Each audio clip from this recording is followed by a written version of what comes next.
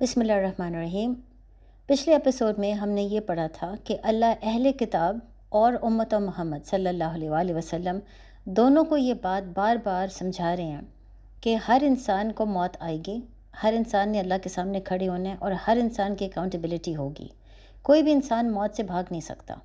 لہٰذا جو بھی اعمال ہم نے کیے ہیں زندگی میں، اچھے یا برے، تمام اعمال کا حساب کتاب ہمیں دینا پڑے گا۔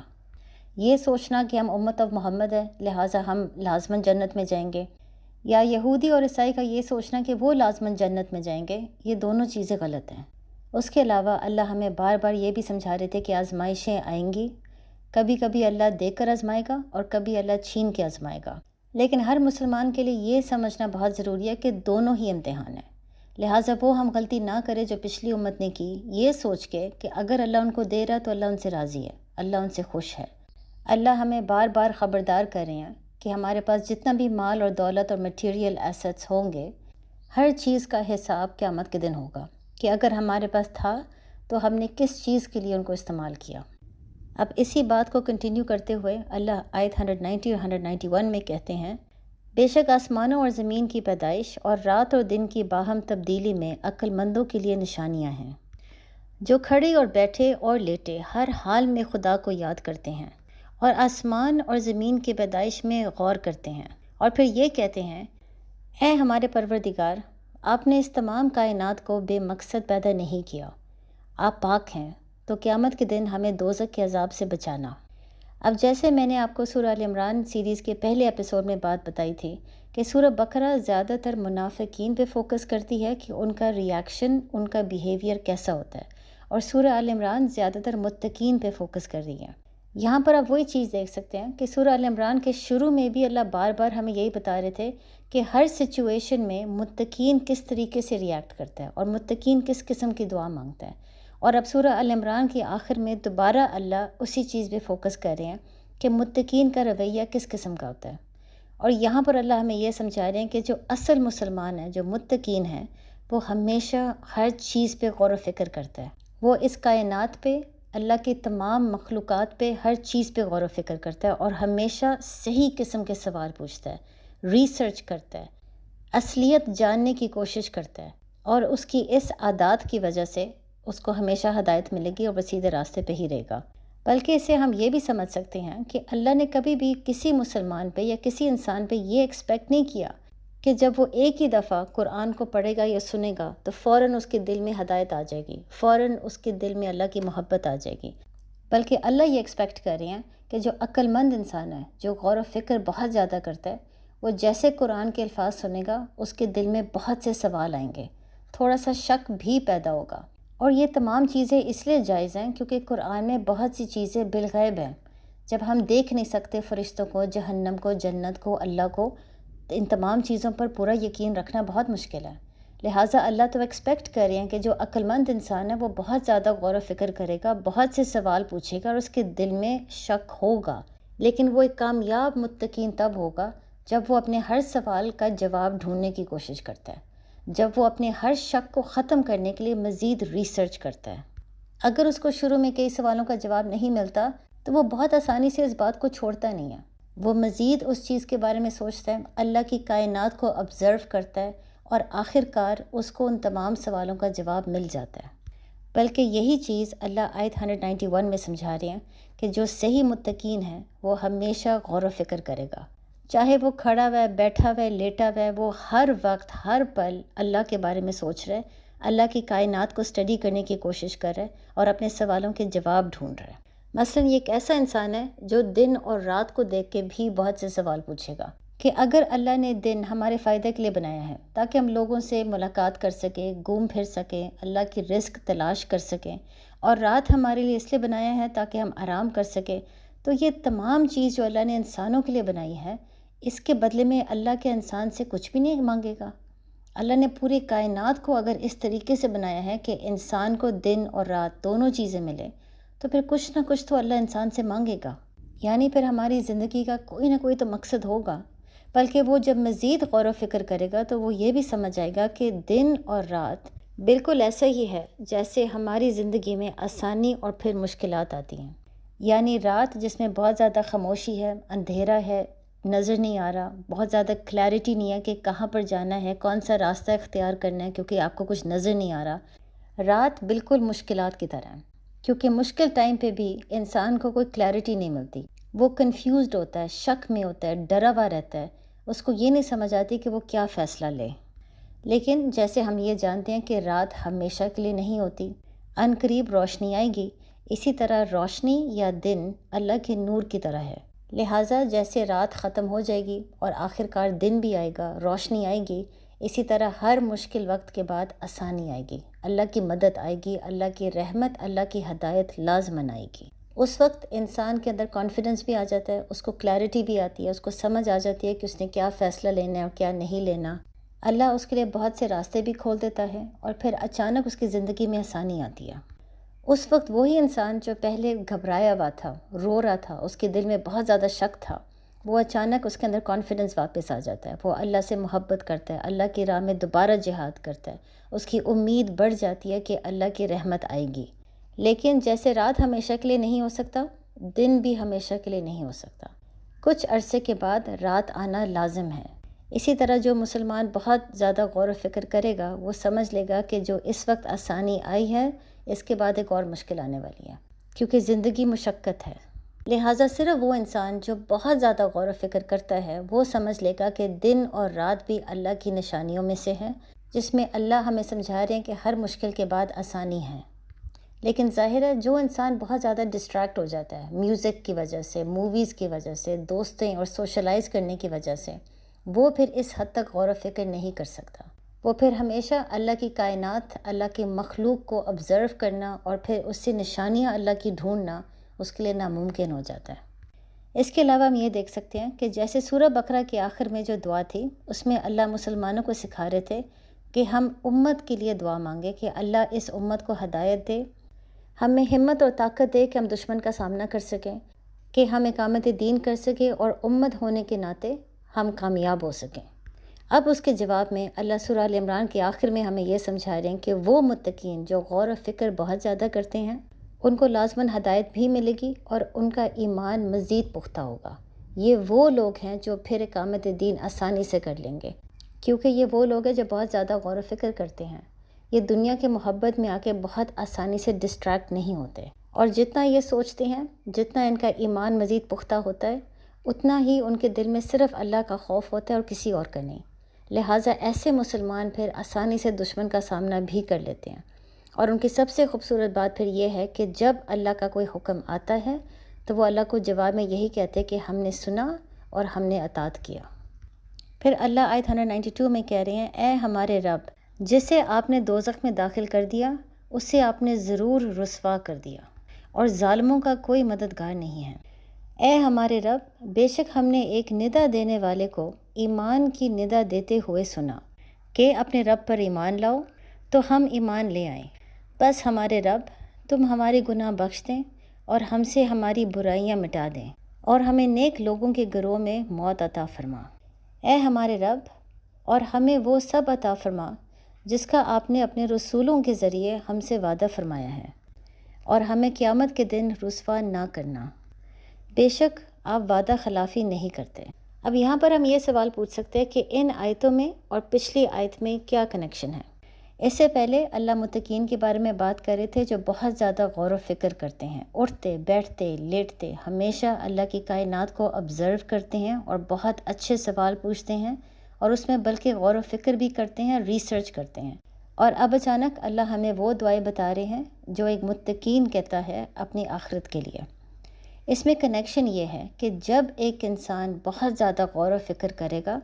اللہ کو سمجھنے کی کوشش کرے گا اور سچ کو تلاش کرے گا،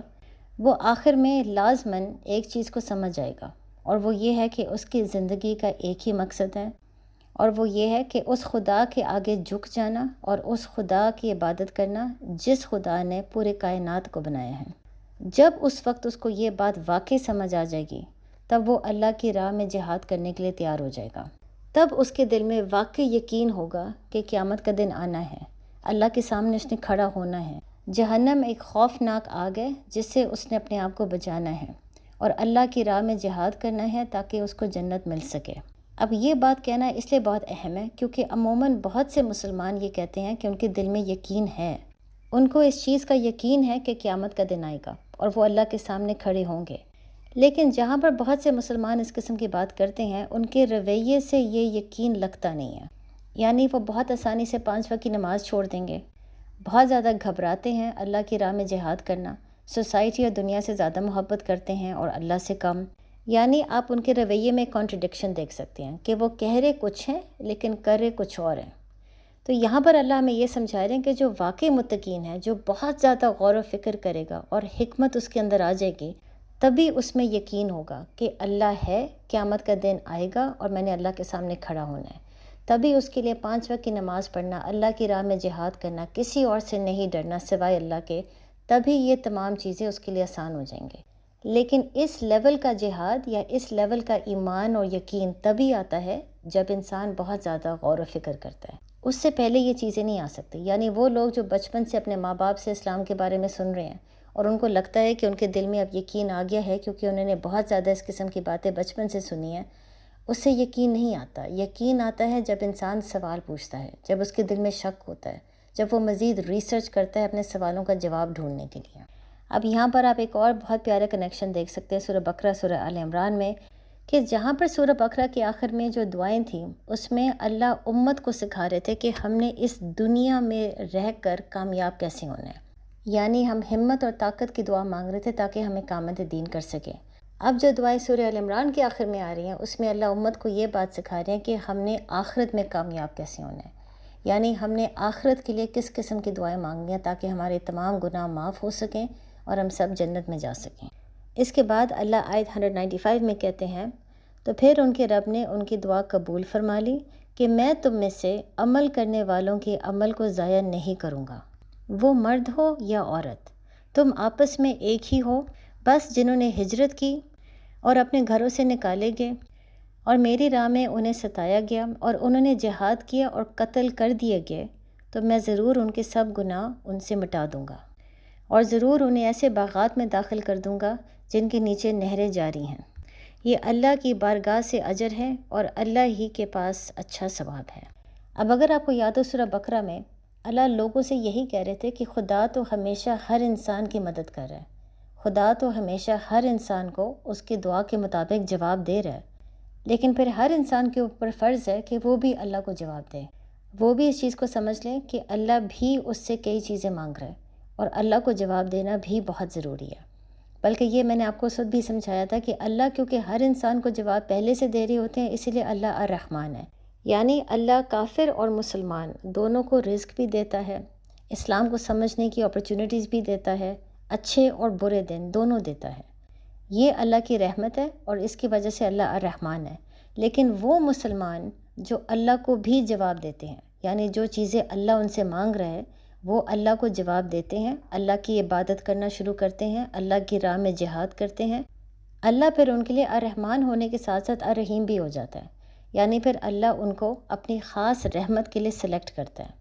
اب یہاں پر سورہ آل عمران میں اللہ ہمیں سمجھا رہے ہیں کہ وہ خاص رحمت کا مطلب کیا ہے، یعنی جب کوئی مسلمان کو اللہ سلیکٹ کر لیتا ہے اپنی رحمت کے لیے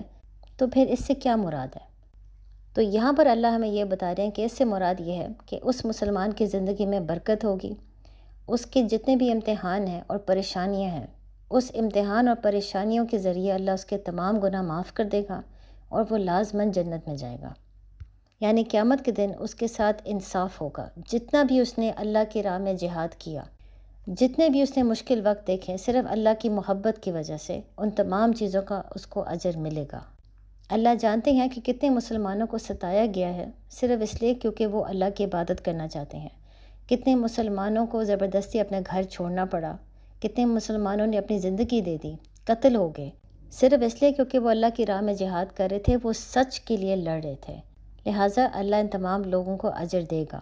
اب جب ہم ایسی باتیں سنتے ہیں تو ہمیں تھوڑا سا یہ محسوس ہوتا ہے کہ یہ بہت بڑے بڑے قسم کے جہاد ہے جو ہم لوگوں نے شاید نہیں کیا، تو تھوڑا سا دل میں یہ محسوس ہوتا ہے کہ ہمارے جہاد تو بہت ہی معمولی ہیں، اللہ کیا اسے بھی قبول کرے گا یا نہیں۔ یہ سمجھنا ضروری ہے کہ چاہے ہمارے جہاد وہ لیول کے نہیں ہیں جو صحابہ نے کیے تھے 1400 سال پہلے، لیکن اس کا یہ نہیں مطلب کہ وہ جہاد ہمارے لیے آسان تھے،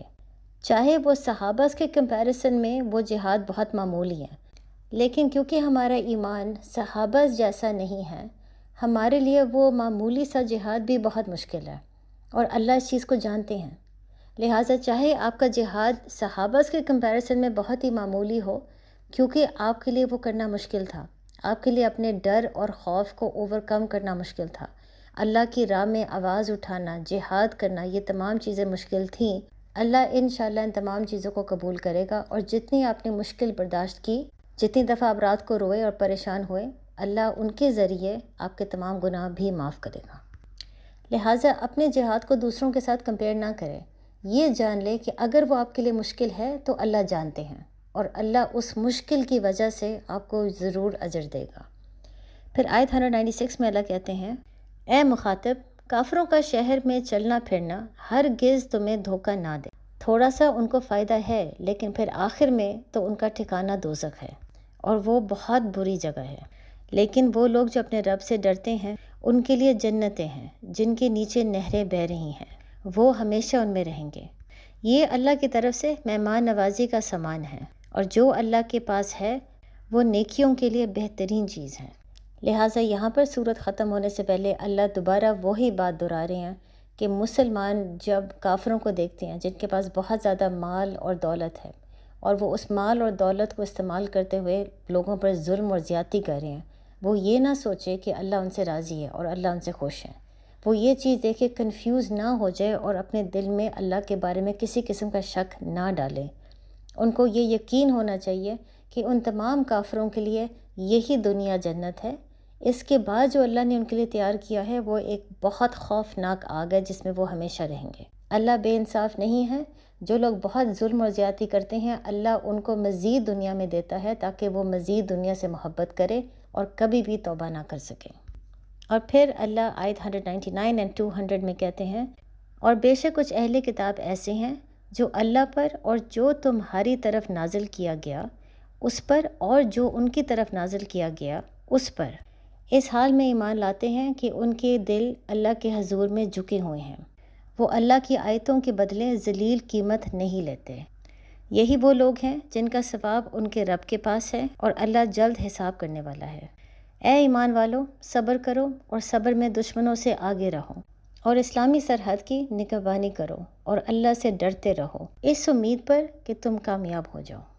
اب آخر میں آپ دیکھ سکتے ہیں کہ اللہ دوبارہ اہل کتاب کا ذکر کر رہے ہیں، اور خاص طور پہ ان یہودی اور عیسائی کا ذکر کر رہے ہیں جو واقعی اپنے کتابوں پر، اپنے پیغمبروں پر ایمان لائے، اور ساتھ ہی ان کا یقین قرآن پر بھی ہے اور نبی محمد صلی اللہ علیہ وسلم پر بھی۔ یعنی یہ وہ لوگ ہیں جو ہمیشہ سچ کی تلاش میں رہتے تھے، غور و فکر کرتے تھے۔ ان کو یہ یقین کبھی نہیں تھا کہ کیونکہ وہ بنی اسرائیل ہیں لہٰذا وہ لازماً جنت میں جائیں گے۔ وہ ہمیشہ اللہ کی کتاب کو پڑھتے تھے اور اس پر غور و فکر کرتے تھے۔ لہٰذا یہی وجہ ہے کہ جیسے انہوں نے نبی کی باتیں سنی، ان کو یقین ہو گیا کہ یہ واقعی اللہ کے پیغمبر ہے، اور انہوں نے فوراً نبی پہ اور قرآن پر ایمان لے آئے۔ اور اس کی وجہ سے انہوں نے اس سے پہلے اسلام کو قبول کرنے سے پہلے جتنے بھی اچھے اعمال کیے، اللہ تمام اعمال کو قبول کرے گا، کیونکہ چاہے وہ اس وقت یہودی اور عیسائی تھے، مسلمان نہیں تھے، لیکن جو بھی انہوں نے نیک کام کیا اللہ کے لیے کیا، لہٰذا ان کی پچھلی محنت ضائع نہیں کیا جائے گا۔ بلکہ ایسے لوگوں کی مثال 1400 سال پہلے بھی تھی۔ یہودیوں میں ایک ریبائی تھا جس کا نام تھا مخیرق۔ چاہے وہ ریبائی تھا، وہ اپنی کتابوں کے ساتھ بے انصافی نہیں کرتا تھا، وہ واقعی اللہ کے پیغام کو سمجھتا تھا اور اس پہ غور و فکر کرتا تھا۔ لہٰذا جب نبی مدینہ آئے تو مخیرق نے اسلام کو قبول کر لیا، بلکہ جنگ احد میں بھی اس نے حصہ لیا، اور بہت سے یہودیوں کو سمجھانے کی کوشش کی کہ یہی وہ آخری پیغمبر ہے جس کا اللہ نے وعدہ کیا تھا، ان پر ایمان لانا لازم ہے۔ لیکن اس وقت چاہے مخیرق جنگ احد کے لیے جا رہے تھے، بہت سے یہودیوں نے یہ بہانہ بنا دیا کہ ہم اس لیے نہیں جا سکتے کیونکہ جنگ احد ہفتے کے دن ہے، اور ہفتے کیونکہ سبت کا دن ہوتا ہے، لہٰذا اس لیے ہم جنگ میں شریک نہیں ہو سکتے۔ اور مخیرق نے اس وقت تمام یہودیوں کو بتا دیا کہ میں کیونکہ جنگ کے لیے جا رہا ہوں، اگر میں شہید ہو گیا تو میری تمام دولت، مال جو بھی میرے پاس ہے سب نبی کو دے دینا۔ اور کیونکہ جنگ احد میں مخیرق واقعی شہید ہو گیا، اس کے تمام مال، دولت، ہر چیز اسلام کے راہ میں خرچ ہوا۔ لہٰذا مخیرق اور اس قسم کے اور بھی بہت سے یہودی اور عیسائی تھے جنہوں نے بعد میں اسلام کو قبول کیا اور واقعی اللہ کی راہ میں بہت سا جہاد کیا، اور اللہ ان کا ذکر اس وقت قرآن میں کر رہے ہیں۔ بلکہ اس کے ساتھ ساتھ ہم نے سورہ بقرہ میں بھی یہ چیز پڑھی تھی کہ جو لوگ یہودی اور عیسائی ہیں جنہوں نے بے شک ابھی تک اسلام کو قبول نہیں کیا لیکن وہ بہت زیادہ غور و فکر کرتے ہیں، وہ لازماً اسلام کے راستے پہ آ جائیں گے۔ ان کو آخر کار ہدایت مل جائے گی اور وہ اسلام کو قبول کر لیں گے، کیونکہ ان کا دل صاف ہے اور وہ واقعی سچ کی تلاش میں ہمیشہ رہتے ہیں۔ بلکہ اس کے ساتھ ساتھ جو سورہ ال عمران کی آخری آیت ہے، اس میں ایک اللہ بہت خوبصورت بات مسلمانوں کو کہہ رہی ہیں، اس دعا کے جواب میں جو مسلمانوں نے سورہ بقرہ کے آخر میں مانگی تھی۔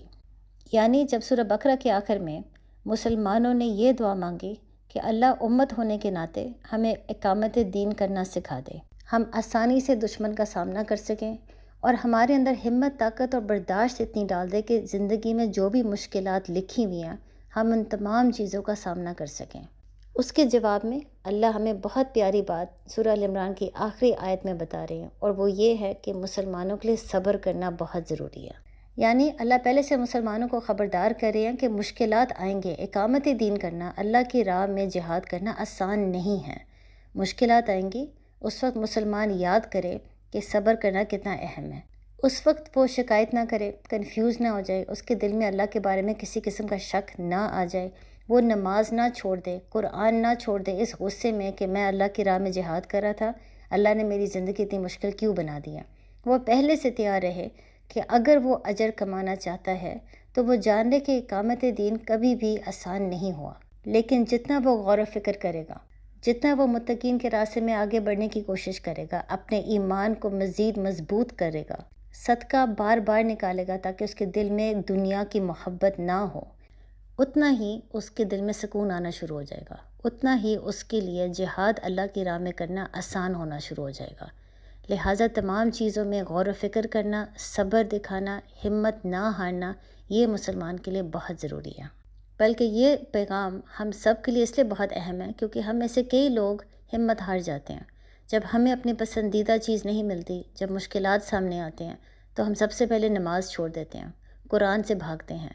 اللہ سے شکایت کرتے ہیں، بلکہ ناراضگی کا اظہار کرتے ہیں کہ ہم نے اتنی نمازیں پڑھی، اللہ کے لیے اتنا ہم نے جہاد کیا، اللہ اب ہماری دعائیں کیوں نہیں سن رہا۔ ہمارے لیے اس وقت سمجھنا بہت مشکل ہو جاتا ہے کہ ہم اس وقت شکایت اس لیے کر رہے ہیں، ہم اس وقت بے صبری اس لیے دکھا رہے ہیں کیونکہ ہمارے دل میں دنیا کی محبت ہے۔ ہم اصل میں اپنی خواہشات کی پیروی کر رہے ہیں، خواہشات کی عبادت کر رہے ہیں، اللہ کی عبادت نہیں کر رہے۔ بلکہ اس کے بعد ہم جتنا بھی نماز پڑھتے اور نفل پڑھتے ہیں وہ صرف اس لیے کہ آخر کار اللہ ہمیں وہ چیز دے دے جو ہم مانگ رہے ہیں۔ یعنی ہم اللہ کے لیے نہیں کر رہے، اپنی ایمان کے لیے نہیں کر رہے، اپنا توکل اور تقوی اور آخرت کے لیے نہیں کر رہے، دنیا کے لیے کر رہے ہیں۔ پھر ایسا مسلمان کے دل میں کبھی بھی سکون نہیں آ سکتا۔ سکون اس متقین کے دل میں آتا ہے جس نے بہت زیادہ غور و فکر کرنے کے بعد یہ جان لیا کہ اس کی زندگی کا مقصد کیا ہے۔ وہ دنیا کی محبت میں آ کے اتنی آسانی سے ڈسٹریکٹ نہیں ہوتا، وہ اللہ پہ ہر چیز چھوڑ دیتا ہے۔ اس کے اندر توکل اتنا زیادہ ہوتا ہے کہ وہ اللہ سے یہی مانگتا ہے کہ جو بھی دنیا میں میرے لیے خیر ہے مجھے بس وہی دے دے، اور آخرت بھی اللہ مجھے دینا۔